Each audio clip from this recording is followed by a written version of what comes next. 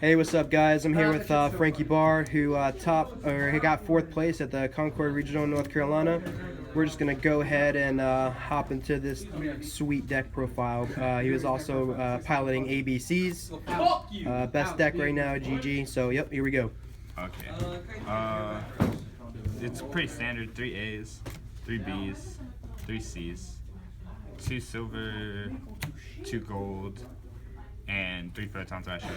Did you like the photon thresher? Yeah, it's really good. Did you play the Rota too as well? Yeah, I played the Rota. Like you wanna draw it because like you don't play Galaxy Soldier and stuff.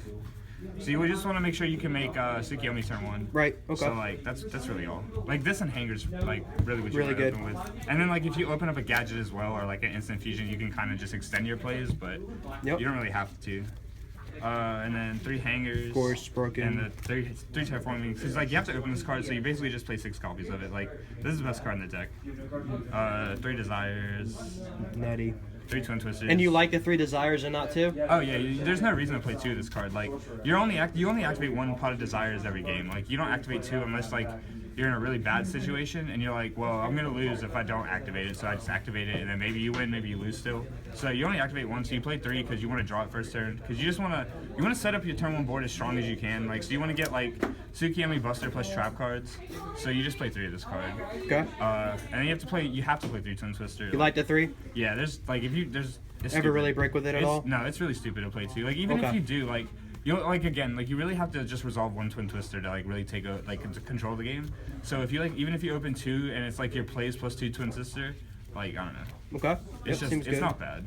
You just want you want to open this card, like especially going second in like especially the mirror match. If you're going second, like you have to open this card because they're gonna have back row plus their board. So like this just makes it like a lot easier to get through the back row.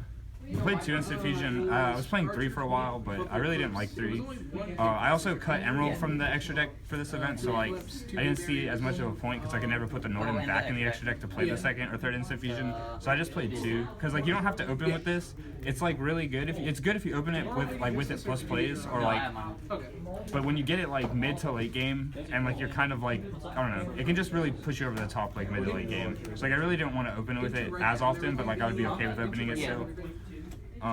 The 1 Rota for the 3 photon thrasher, and then the Upstart Goblin for the consistency. OP. Like you just want to like literally, you just want to play this deck as consistently as you can, so that you just draw into your first turn board plus drop cards. Because it's so hard to beat it. Like your plays are so good. Like when you disconnect your ABC for the 3 ABCs and have like the hanger, you just push so hard. Like that's all you want to do. Is just make sure you have that play. So you just play as much consistency. I think I dropped cards. Burn C. They summon one from hand before I kill the rest of the attacker game. So we played 3 strikes. And you like the triple strike, of course? Yeah, the 3 strike was good. It's really good because you obviously want to win the dice roll and go first, so like you want to get strike in your hand. But it's like it's good for like siding too, because like when you're going second, like you're usually siding trap cards out, so you can like side out 2 solid strikes and like feel okay about it. So like kind of makes your side deck game a little easier. Yeah, it's just good. Like it's another one of the cards you just want to open it. Like you want this card in your opening hand with your board, like, and then you play the 1 Solemn Warning because it's Solemn Warning. Of course. Then the Bottomless, and like this is really good in the mirror match, and it's like it's really only bad against Magiceptors. It's not very good against DDD either, but that's a different story. Evading Happiness, obviously, like you decided to start going second, but like you want to go first, so this card's really strong.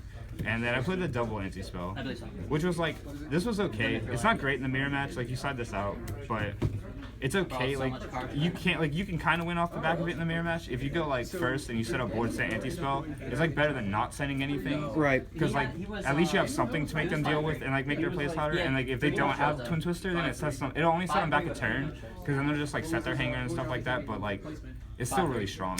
Because like if you get a turn ahead in the mirror match, it's really hard for them to come back. Because the deck really, like it always does something and it just keeps on doing like the same thing over and over again, but it can do it. So when you get a turn ahead in that in the mirror match, like you kind of just take control and they can't really catch back up to you. Because all you're doing is like both your decks are doing the same thing, so you just keep going back and forth doing the same thing. So when you're a turn ahead, like it's really strong. It's hard to explain, but it's really strong. Oh no, I get it. Hopefully everybody else does. Yeah. Anyways, going into the extra deck. Yeah, we're going to the extra deck. All right.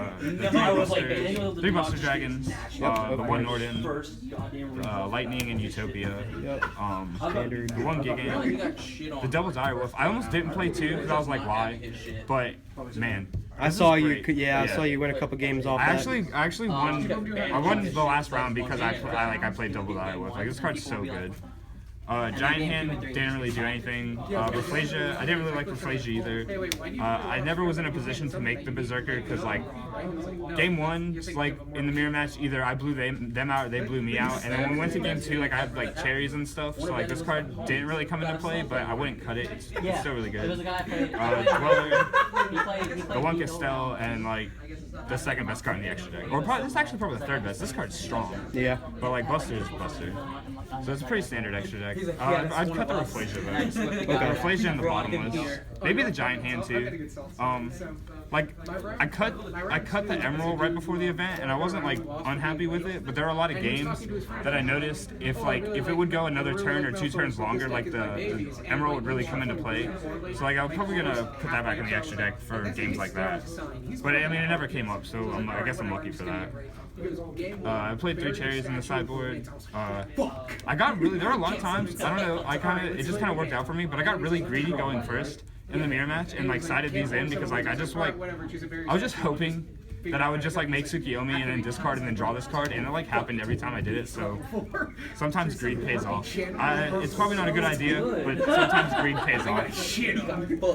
2 Game Styles and 2 Maxis, the 2 Chaos Hunters. Actually, like, I thought this card was going to be really, really good, and it like really only helped me in like the Cosmo Demise match. The one random, yeah. Like, I never like really summoned this in the mirror match and like did anything with it, so like I don't really know about that card.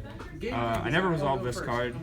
2 Book of Eclipse, where I actually never sided this card in. I don't know why. I just never felt the need to. Dante and Quiver Dizziness. This card, like, bump that up to 2, probably. Yeah, I would probably play 2 of this. Like, I would probably cut the Chaos Hunters and like play a second one of this and like a third system down probably. Yeah. Or like some other random one of. You also don't have to play the cherries. Like, you can kind of like, because of like this card and like other things, like the cherries is good if they don't draw into this card, like it's literally a blowout. But if they draw into this card, then they kind of can get themselves back in the game. But I don't know, it still puts you in a really good position. There's not a lot. I was really happy with the build. Everything worked how I wanted it to work. I didn't brick a lot. Like, it's really hard to brick because even if you just get Hanger and like trap cards, like you just go Hanger into A into B and like you just kind of outgrind them because you can do that.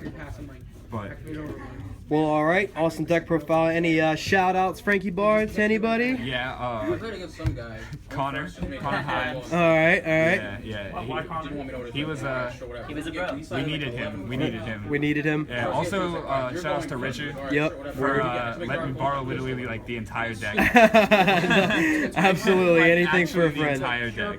Yep. But yeah. Well, you got it here, guys. K&K Gaming. Yep. All day out here topping regionals. Hope you guys enjoy the deck profile. Later.